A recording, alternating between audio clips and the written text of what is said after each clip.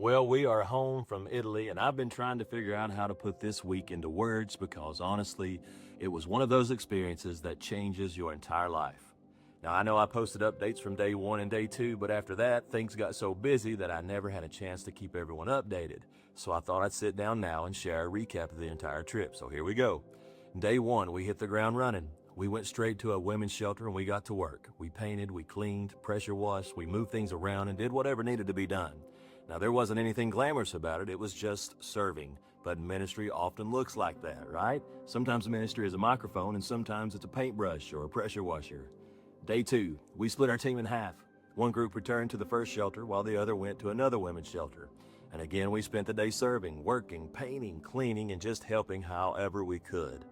Day three, we were wrapping up the projects, and we were putting the finishing touches on everything. And that evening was one of my favorite parts of the entire trip. The women from the shelter prepared dinner for us. We sat together, we talked, we laughed, we shared stories, and simply enjoyed being together. And it was a reminder that ministry is ultimately about people. Projects get finished, but people are what matter most. Now, Friday gave us the opportunity to see the incredible city of Florence. The history, the architecture, and the beauty of that city were absolutely breathtaking. That evening, our team shifted into ministry mode. Part of our group held a workshop for the life group leaders of the church, while the other half spent time investing and encouraging the worship team.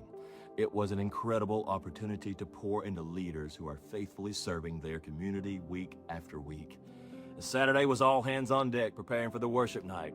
We spent the day setting up, organizing, preparing, and praying for what God was going to do. And that night was something I'll never forget.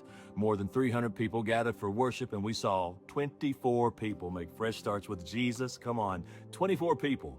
Those are not numbers, those are lives, those are stories, those are eternities. Watching people respond to Jesus never gets old. And then on Sunday, we had the privilege of serving alongside the church family right there in Italy. We worshiped in the first service in English and then again in the second service in Italian.